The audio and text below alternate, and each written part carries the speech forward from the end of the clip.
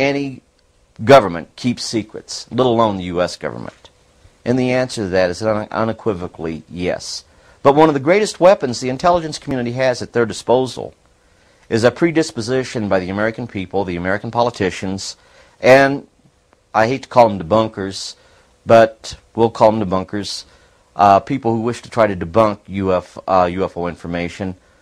They immediately come out, oh, we can't keep secrets, we can't keep secrets. Well, the whole situation is, yes, we can. I am prepared to state that I have been at locations where craft of unknown origin that did not originate on the face of this planet was there. I am prepared to state that while I was there, we saw living, dead bodies of entities that were not born on this planet. I am prepared to state that we had what they referred to as interfacing with those entities. I am prepared to state that the situation is they have a school to try to indoctrinate people. I never went to that school. I always refused. We have contact with aliens not originating from some foreign country, but from some other solar system. And I have been a party to that. A government is widespread, as everybody knows. I mean, it's into everybody's pockets and everybody's life all over the place, and the same thing holds true for the UFO extraterrestrial, if you want to look at it that way. But very, very few people really know the full knowledge of what's going on. It's held very tightly within black covert operations. They keep pretty much each organization an island unto itself. You don't have cross-departmentalization a lot within the programs. TRW, Johnson Controls, Honeywell, all of them at some point or another became involved with the intelligence field. Certain works, some of Phil Corso's early back engineering projects. If you will look into those, Atlantic Research was one of them, way back. Entities that were created out of people in the Pentagon to become a quote-unquote Beltway bandit. Received projects, grants, and monies to do certain projects that were so highly classified, even though there was only a top secret, but so compartmentalized that only about 4 people would know what was going on. But as far as UFO and intelligence and extraterrestrial goes, it's right at the top. And I would say that the President has such limited knowledge of it. I know Carter did not have any knowledge whatsoever. And I worked right there with the organization, President Carter's organization. This is in January 21st. Actually, the meeting, I guess, took place on January 22nd of 1977. And President Carter, after his inauguration the previous day, called the Director of Central Intelligence in and informed him that the President wanted to have access to the classified documents relating to unidentified flying objects and the potential existence of extraterrestrial intelligence. At that time, the Director of Central Intelligence, George Bush Sr., informed the President that, that Mr. Bush was not going to release this information to the President. In fact, Jimmy Carter was not brought into the loop. They, for some reason, the group, the control group, they don't trust the guy for some reason.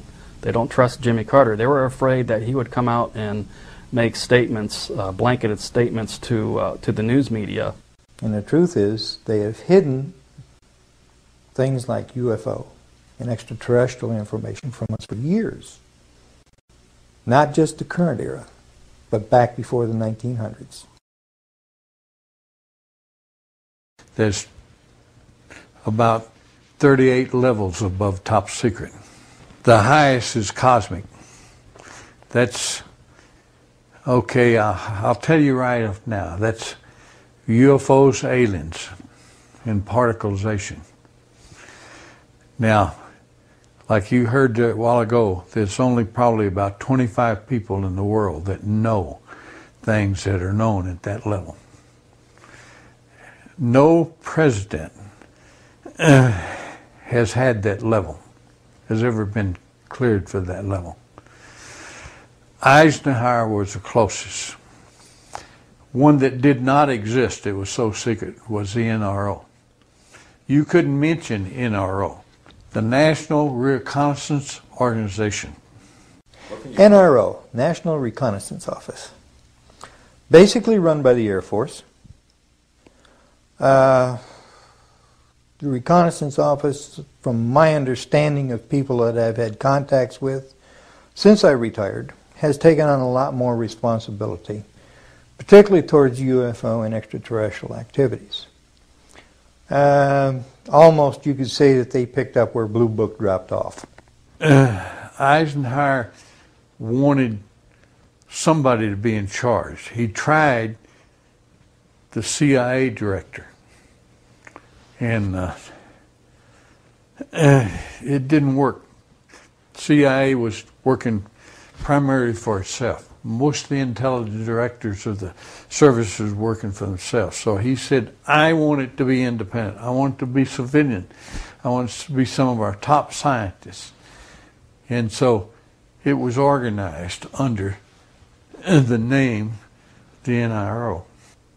If you're on that level, there's an organization worldwide called ACIO. That's Alien Contact Intelligence Organization. If you pay your dues and you follow the rules, you can benefit, your government is allowed to benefit from that organization's information.